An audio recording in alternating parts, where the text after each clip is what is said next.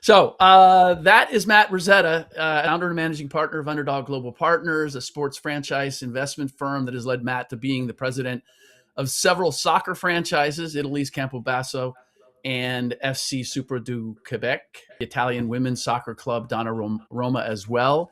And probably the focus of our conversation, the Serie A men's basketball team, Napoli Basket. I just like to think of you, Matt, as the Italian Stan Kroenke, if if that Well, if that that's a works for high you. bar right there. How did you get to the place? You've been in investments for a while. You've had tremendous success. What led you into the sports franchise path? Yeah. Well, Rick, first of all, it's great to be on your program. Big fan of the program and everything you've done in your career. So it's a real honor to be here. Super excited to talk about our project at Naples and in Napoli. We're really excited about it, obviously. To answer your question, my background actually was in the media and marketing business. I started a media firm out of my basement in 2009. It was called North Sixth Agency, N6A. Scaled it. It became one of the 50 top privately held marketing firms in the US. And then I wound up selling a big piece of my equity in the business in 2020 and was just looking for a new challenge in my career. I was always enamored with the idea of sports and sports ownership and had a really intimate attachment with the underdog. I felt like my career and my story was very much an underdog tale. I grew up the grandson of Italian immigrants and named the agency after them. And that really inspired me to go out and buy my first sports team. At the time, it was the fifth tier amateur club in Italy, soccer club called Campobasso, as you mentioned. Mm-hmm. It was about an hour from where my grandparents immigrated from in Italy.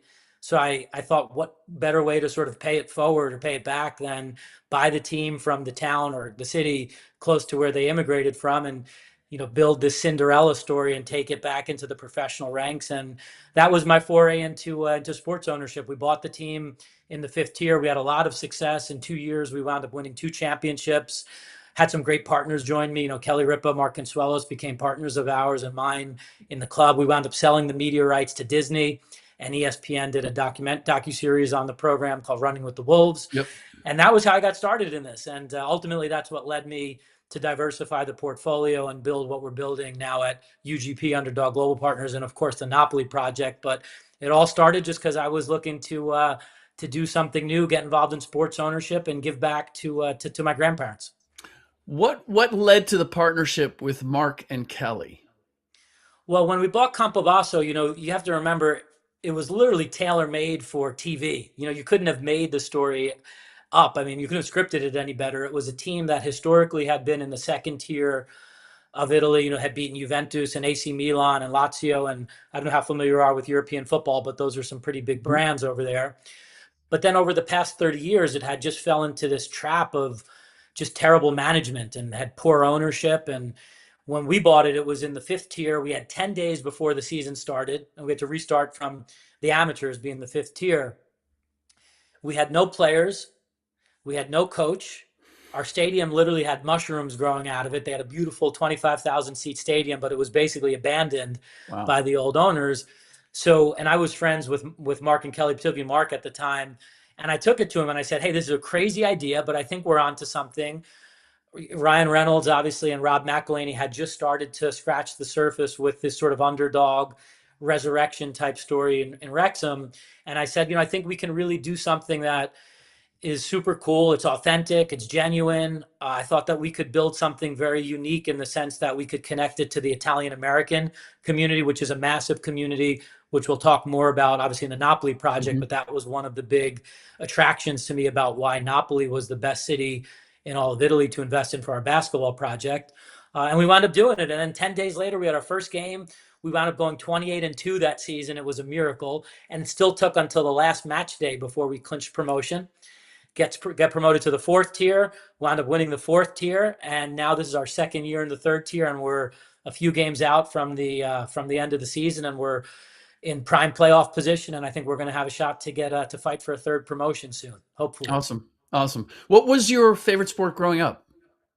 Well, my favorite sport, my father and I went to probably every single New York Yankees opening day for 30 years, played basketball, although when I got to the age of about 15 or 16, I realized that a 5'7", 49 pound at that time, point guard, there wasn't much of a demand for it. And my NIL deal back then would not have been very good. And so then I went to boxing. I got into boxing in my late teen years, early 20s. I boxed out of Mars Park Boxing Club in the Bronx, fought in two Okay.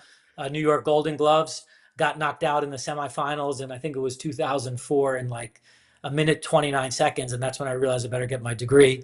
And 30 years later, whatever it is, I'm back in sports as an owner and operator, and I'm really living my dream, and I feel very blessed to be doing this. That's what I tell people all the time. It's really a privilege, as I'm sure you can empathize and appreciate. It's Sure. really a privilege to work in sports, and I think a lot of people think sports as a career, it's obviously very attractive, but they don't realize the amount of work and sacrifice that goes into it. So I wake up every day super proud to be sacrificing my time and my resources to build these underdog projects with great partners around me. You are literally a New York brawler. Like it fits. It totally fits. I'm wondering what among the franchises that you're president of, which one is occupying the better part of your time? Well, now for sure it's the Napoli Basketball project. We bought that asset, we bought that club about a year ago. This is our first year as owners. We're in the process. We're obviously dealing with the day-to-day management, which is incredibly demanding enough. But then on top of it, we're building a new arena, which should be ready in the next 2 to 3 years. We just got it approved. It'll be one of the top 10, hopefully one of the top 10 Wow. modern arenas modern arenas in all of Europe.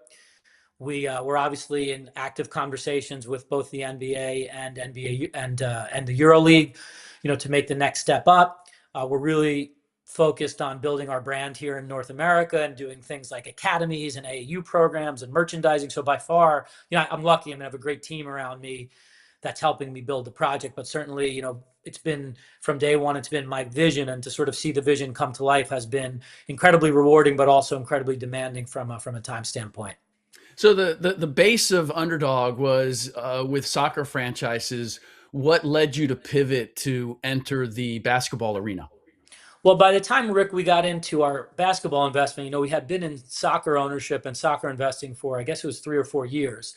And obviously, we're always trying to look 1 or 2 steps ahead of what's the next trend. And having done 2 or 3 soccer deals, even if you look at the economics of some of those soccer deals, soccer, of course, being the number one sport in Europe, always traded at a premium. So, you were looking at doing a deal for a soccer team and you'd buy it at a multiple of anywhere from, 4 to 10x revenue. Mm-hmm.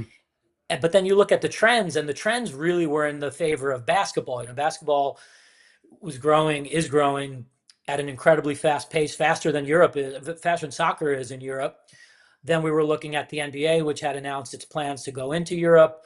So we're looking at all of these things and saying, let's go into a primary city in Europe and let's buy a basketball team, a city that has, passionate fans and has an opportunity to really grow, and we can catch on at it. We can get in at an early stage as the multiples, go back to the multiple conversation. Yeah. At the time, we were able to buy basketball teams in Europe for, 1 or 2x revenue, which was a significant, steep discount compared to what we were used to seeing with soccer. But we really felt like the tailwinds, were with us, and that the future of investing in sports in Europe really was more basketball centric than soccer centric. So what better opportunity than to go find a team in a primary city? And we had experience in Italy, and we had operated our soccer teams. And I was really fortunate enough to have built a great network out there. A lot of people who go out and invest in Europe, the biggest challenge they face is that they don't have a network. Mm-hmm. And we were lucky where that wasn't the case. We had really cut our teeth and built a lot of credibility, but by making mistakes, by the way, in our soccer ownership journey. So we were able to kind of parlay all of that. We didn't have to deal with bankers or brokers or go-betweens. I was able to, make a few phone calls myself, deal with owners of basketball teams directly. And, within 48 hours, we had 3 or 4 teams sourced, looking at it, in front of us. We were on the next flight to Italy, and then the rest is history. We wound up landing on Napoli about 3 months later. And this is our first year as owners of the club. We're 2 games out of the playoffs. So the goal this year was to make the playoffs. We'll see. We have 6 or 7 games left. So we'll see if we can pull it off. It's not going to be easy, but we're still in the mix. And the team Napoli's an amazing, amazing sports city, but it hasn't been in the playoffs in the top tier of Italian basketball for 20 years. So, we were enamored with that as well, as opposed to going into some of these more well-established basketball cities in Europe. We like the idea of taking over a team that had passionate fan base and all of the infrastructure or all of the ingredients to do something special, but hadn't necessarily had the same tradition that some of the other cities had. So we're kind of building the tradition as we go. Mm. Well, I didn't want to skip over the news of the day, considering where Napoli is. You're in a very pivotal position, and you just hired a new coach, Jasmin, if I'm pronouncing that correct, Jasmin Repeša. That's exactly Um, right. Yeah. Ed most recently coached the Trapani Sharks in Serie A. What led you to hire Repeša, particularly at this stage?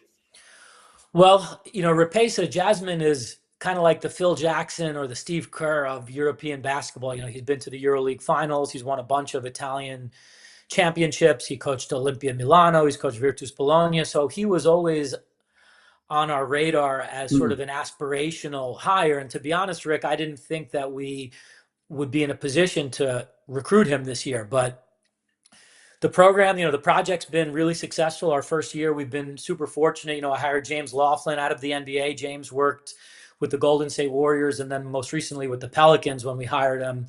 He actually won 2 championships with the Warriors. I hired him as my GM to sort of bring a more Americanized vision Mm. to our project in Napoli, but also in a way that was very respectful of the local culture and tradition. We didn't want to lose our roots and our authenticity as people and operators who understood Italy and Italian culture. So James really Yeah. kind of represented that. Anyhow, James was the reason we closed our new coach. James has stayed on our coach all year. After things went down with Trapani, I don't know how familiar you are with the situation in Trapani, but basically they were kicked out of the league about the midway point right before the All-Star, before the Coppa Italia break. So James stayed on him and he said, look, rather than join this project 2 or 3 years from now when we're already competing for European Cups and, so we'll see what happens with the EuroLeague or the NBA, hopefully competing at a higher level of European basketball. Why not join us now? There's 6 games left in the season. We're competing for the playoffs. We're also competing to avoid relegation. So either way, it's going to be an interesting and exciting finish to the season. And let's go build this thing together. And James was really the one who sold Jasmine. And fortunately for us now, he's our new head coach. And we feel really confident about it. I was going to say, nice sales pitch. Come on Well, look, in. I think it's exciting. If you go back, Yeah. this is a basketball podcast, obviously. So think about going back in time to the late 90s when Gonzaga went from being a mid-major who, nobody really had heard of other than maybe the fact that John Stockton went to school there, Yep. to then becoming a perennial Cinderella in March Madness, to now becoming, no longer even considered a mid-major, really becoming one of the blue bloods over the past 20 or 30 years of college basketball. So that was really our sales pitch to Jasmine was, join Gonzaga in 1997. Don't join Gonzaga in 2022. That's what Yeah. Napoli is. The Napoli of 2026 is not going to be the Napoli of 2030, but you could be a part of that building process with us. And he was totally, and you need a certain type of competitor, I think, to really accept that challenge. And he said, look, I understand the budget I'm working with this year is not going to be the budget I'm working with next year or 2 or 3 or 4 years from now. I understand the arena I'm getting today is not going to be the arena of tomorrow, but Mm. he was a fighter and, being Eastern European, he was used to dealing with a lot of adversity and kind of joining projects from day one and building them. And we're lucky he said yes to us. I'm curious, just because we got there in terms of talking about Gonzaga and the college basketball scene. Obviously, with the NIL and the transfer portal and the attraction of NCAA basketball now for European talent, is that in any way impacting Napoli, or is that a consideration, or are you keeping an eye on that as a factor? Because I know it's a factor when it comes to EuroLeague teams. Well, I'll tell you, Rick, I'm glad you brought that up. That was actually one of the selling points when we were looking and when I was looking at this investment in European basketball. There were 2 things I think that were the most attractive to me and to our group at UGP at Underdog Global Partners. Number one was you look at the trends, and I believe if you did, I believe if you did an analysis on the fastest growing multiples, acquisition multiples in all of global sports, I would think European basketball probably is in the top 5 or 6 in terms of growth multiples. It was trading at 1 to 2x revenue Mhm. 1, 2, 3 years ago. Now it's trading at anywhere from 4 to 7x revenue. And that's just for a standard average, run of the mill team in any market, not in a top tier European market like we believe Naples is. The second thing had to do with the NIL. And this is where our soccer operating experience, I think, really suited us well, because in soccer ownership in Europe, such a big part of the business model is built on player development and then player sales. You get Right. Ric Bucher in your youth academy at the age of 16 years old. You put him on a professional contract, let's say at the league minimum. You lock him up long term, and then if you make the right investment and he blossoms, you actually sell Rick to a larger club, and then you get the benefit of profiting from those proceeds of the sale, and then you can Yep. reinvest it or whatever. And there's been soccer teams, the Napoli soccer team being one, Atalanta, which Steve Pagliuca and the folks over at Bain bought into last year. I mean, Dortmund in Germany. There were so many teams that have really built a sustainable business model off of player sales. Hmm. So with NIL, I felt like, and we felt at UGP, like that is the future. We were actually getting calls. The second we bought Napoli Basketball, we were getting calls by top tier NCAA teams that were interested in our youth academy players that were 16, 17, 18 years old. So I think that's the future. I think what you're going to see is a lot of these European basketball teams are going to start to lock up their young talent to long-term deals, and then they're going to have NIL buyouts where, let's say UCLA or Duke or UNC, they want to go buy Mhm. Rick, who's on the Napoli basketball team, now under a professional contract. You can buy him, but now you have to come through some sort of a Yeah. buyout clause with the team, and it's going to create a player trading economy that basketball in Europe never saw before. So that obviously is a pretty bold and ambitious thesis, but we think that you're going to see much more of that come to fruition in the next few years. In fact, we already are seeing it. We had 2 of our players this year get heavily recruited by high level, BCS level NCAA teams, and both of them have price tags attached to them. Yeah. Very prescient. Yeah, that's very smart. I have no doubt that is the direction that this is going to go. I'm wondering, because of your cultural background, your strong Italian heritage, how much did that factor in your ability to navigate and negotiate working in acquiring teams over in Europe and in Italy? That's maybe the sensibility that you grew up with. Well, I think it was a huge part. I mean, a huge factor, Rick. The first thing was really was my passion that drew me to investing in Italian, at the time, Italian football, and now obviously Italian basketball and also women's football. But beyond my passion, the fact that I spoke to a lot of American Italian owners that went into Italian football. And the thing that I noticed in common that really, 9 times out of 10, they failed. And the thing I noticed that they had in common was that they bit off more than they could chew. And they went over to Italy before they had a network. They went over to Italy before they spoke the language. Mm. They went over to Italy before they knew about, the bureaucracy and some of the business regulatory environment. And I think they thought, just because I made a lot of money in private equity or I made a lot of money in sports or whatever in the US, that would translate into Italy. And they didn't really necessarily take the time that's necessary, I think, to study the cultural nuances of the sports business environment in Europe and in Italy. So that was a mistake I really didn't want to make. So the first thing I did was I spent a year just learning.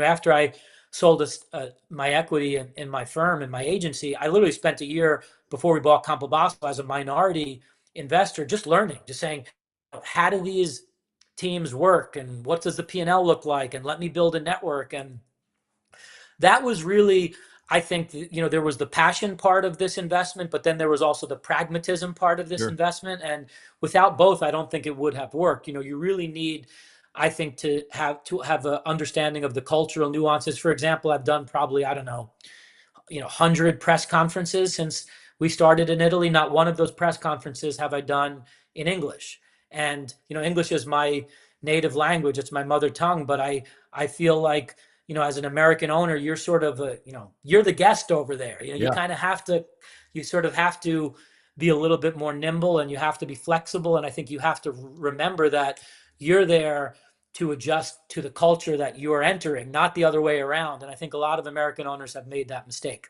Yeah. No, that makes sense. Did you speak Italian growing up?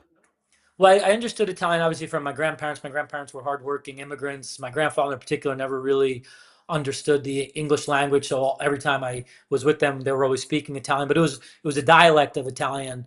And then when I got involved, and then when I went to high school and college, and then obviously now over the past 5 or 6 years, I've kind of just thrown myself in head first, and now speaking a language fluently versus speaking a language from a business standpoint in terms of understanding the business nomenclature, I found are two completely different things. So I've been really fortunate, trial by fire sort of thing. The past 4 or 5 years, you just throw yourself into the deep end, and now I'm pretty well versed now. Very good. And as a team president, are there franchises or team presidents that you've used as the blueprint or model that you have followed? Well, certainly, I think what we're always looking to do, Rick, especially with the Napoli Basketball project, we're always looking to create a balance, I think, between bringing and David Kahn. I've had the privilege of getting to know David Kahn over the past couple months, and I saw him on your podcast, and he brought up a very interesting point, I think, about understanding the local nuances that are so unique to the cities in Europe in which these operators operate in.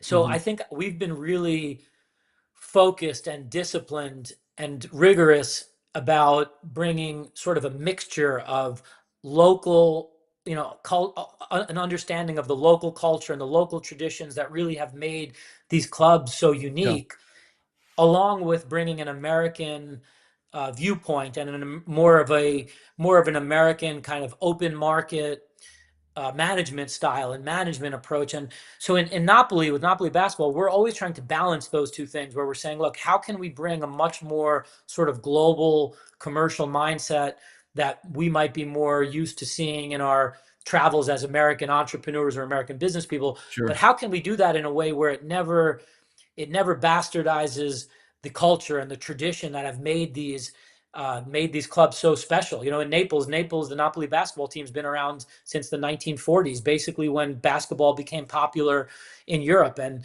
there's generations of tradition. They used to go. I'll tell you a funny story, which I learned. The old basketball arena, which we're now in the process of rebuilding as part of our new arena, it's been abandoned for about 35 years now. But people used to go on Sundays at 12 noon to the Napoli soccer games, and then the basketball team would play at 3 p.m. and they would walk from the soccer stadium to the arena. There'd be thousands of people just doing walking from. And those are things where if you come in and you don't understand the importance of those, like there were grandfathers, fathers, and sons that used to hold hands walking from the football stadium to the basketball stadium.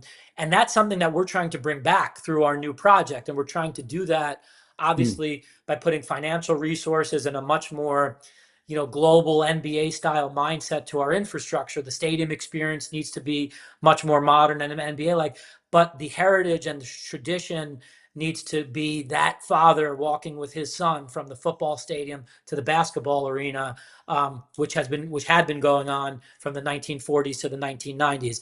And I think that that's where operators really need to understand that they have an obligation and a responsibility to bring, obviously a much more commercially viable business mindset to their clubs, but they have to do it in a way that can never be disrespectful to the heritage and the tradition of the clubs in which they're buying, which precede them and are going to continue for generations after they leave.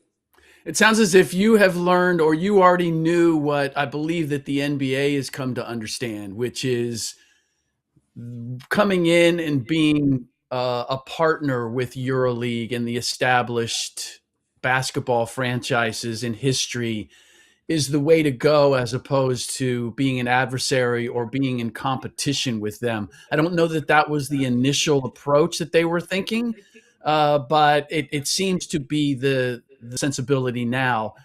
So ultimately, what is your ambition? Because there still is the EuroLeague piece, there is the NBA Europe piece. Europe piece. They may be in conjunction with each other. What's your current ambition for Napoli Basket? Well, Rick, I'll tell you the most exciting thing about Napoli basketball is, and I tell everyone this all the time, all we have one job, and that's to bring people to Naples, and the project sells itself. Naples really is, I think, one of the most, if not the most unique city in the European in Europe right now. You're talking about, from both an NBA and EuroLeague standpoint, we've had the privilege of getting to introduce both sides to our project, and I think our hope is that eventually there will be some sort of collaboration, like you said, between the two. I think it makes all the sense in the world. All of the you have all of the history and tradition of the EuroLeague, which right now is the best league in the world, outside of the NBA, and all of the things that EuroLeague has done, I think, a great job of. And then on the other hand, you have the machine that is the NBA, which is the number one league in the world, with incredible knowledge and institutional knowledge when it comes to content and media and how to generate revenue and sponsors and creating brands. And I think that the combination of those two things is like 1 + 1 = 10. So my hope is that the two sides can figure something out, and I think they will. What we're doing at Napoli Basketball is we're really just trying, until there's some sort of conclusion, we're trying to put ourselves into position to play at the highest level of European basketball, whether that's EuroLeague or whether that's NBA Europe. And if you look at the data, I think all of the data certainly supports us. Naples has a population of 3 to 4 million, which I believe would place it in the top half, if not the top 20 percentile of NBA franchises right now in the United States. If Napoli was a NBA franchise right now, we'd be right in the top half of NBA franchises in terms of addressable audience. There's the big selling point, in my opinion, for Napoli, which is what drew me to the project, is that there's 20 million Italian Americans, that is Americans of Italian descent, and almost all of them come from Southern Italy, and they identify with Naples. They don't identify with Northern Italy. They identify with Southern Italy. So if you initiate, in the case of the NBA, an NBA expansion franchise in Naples, you have a built-in audience that's going to support the team. We'd be sort of like the adopted NBA Europe franchise of all of the Italian Americans who already are NBA fans. There's 20 million of them out there. Yeah. It's also the youngest city in Italy. You have Amazon and you have Apple, who just moved major European employment plants out there.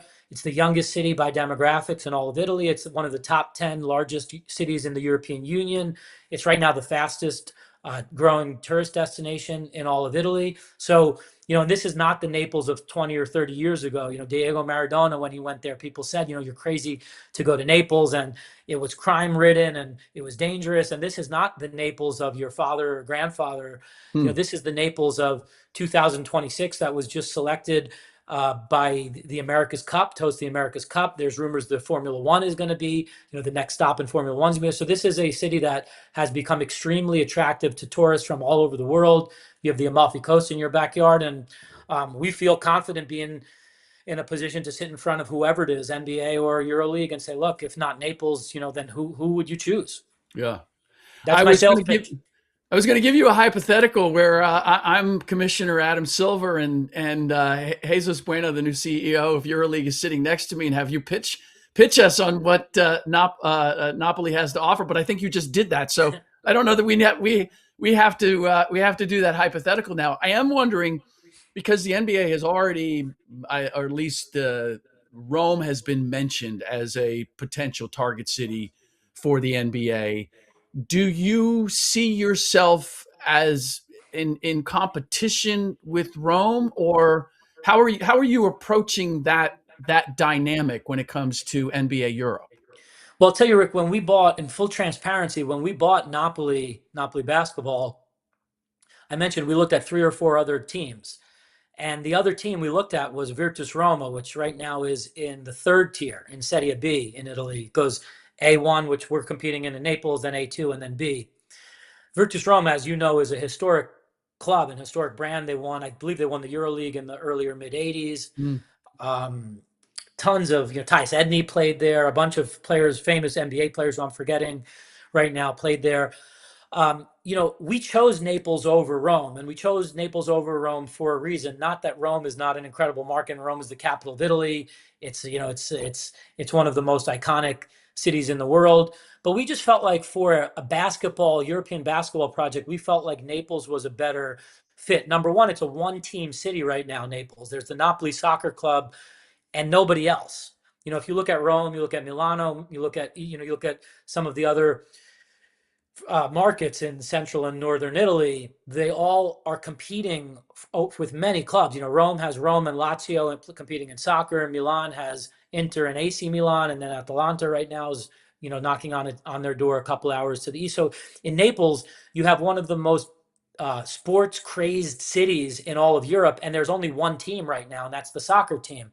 So we felt like we could really join hands with the soccer team to create a basketball brand in a way that no other city could, whereas opposed to we'd be entering into a city and basically have to choose between one or two existing brands that were already established. Yeah. Just to give you an example, the De Laurentiis family, which owns the soccer team in Napoli, has done a phenomenal job bringing this club from really, a lower tier club into one of the dominant powerhouses in all of European football. They've won 2 out of 3 Italian championships the past 3 years. And last year, when Napoli won the Scudetto, the soccer team, which is Scudetto is like the NBA trophy, that's the championship trophy in Italian football. A record 70 million people watched the celebration on TV. It set records. It was more people that watched that event than any other live sporting event in all of Italian sports history outside of the World Cup. So that kind of speaks volumes, I think, over the power and potential of Napoli. We found a great club. It was a no-brainer, frankly. The thing that we didn't have an arena, and we didn't have a winning tradition. So obviously we're working on the winning tradition year one, and we feel like we're making great progress there, being 2 games out of the playoffs with a few games to go. And then the arena, we've been blessed. We formed great relationships with the political decision makers in and around Naples and in and around the region of Campania. And we just got our arena project approved, and the 2028-29 season will have one of the top 10 arenas in all of Europe, and we can't wait. Is there an NBA presence in Naples at all at this point? Are there NBA fans, or is there any sort of vibe there or interest at this point? Well, I'll tell you, they're NBA mad. In fact, there's a plaza in Naples called Piazza Plebiscito. It's a very famous piazza in downtown Naples. I was there about 3 months ago. They had an episode of the Italian equivalent of America's Got Talent. I don't know what it's called in Italy. And they had 30,000 people show up in the piazza to watch the show, okay? And last year when they had the NBA Finals, they had 15,000 people in the piazza to watch the NBA Finals on live stream at 3 a.m. in the morning or whatever time it was with the time change. So yeah, I mean, Naples is a sports crazed city. It's an amazing city. The infrastructure there now has become leaps and bounds. It's NBA ready. There's an incredible subway system. There's 2 international airports, and then you have the Amalfi Coast as your neighbors. So you have the wealth and affluence and luxury of the Amalfi Coast, which we think for our project with NBA or with EuroLeague is an incredible resource. Imagine doing the dunk contest for NBA Europe or All-Star Weekend from the Amalfi Coast. I mean, it sells itself. So we're excited.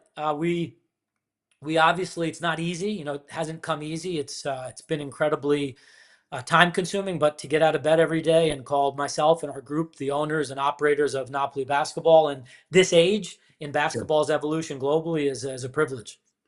Well, we here at Full Court Passport wish you the best of luck. Unfortunately, Boston Nakbar, my usual co-host, is under the weather and wasn't able to join us, but there are obviously big things in the future of Napoli basketball. We'd love to have you come back, Matt, as things unfold, see where things happen, what happens with Napoli as far as EuroLeague or NBA Europe. That's really the bread and butter of this show. And it sounds like you're on the right track. And so we wish you absolute best luck in making it happen, and look forward to having you back and talking about the next stage for Napoli basketball.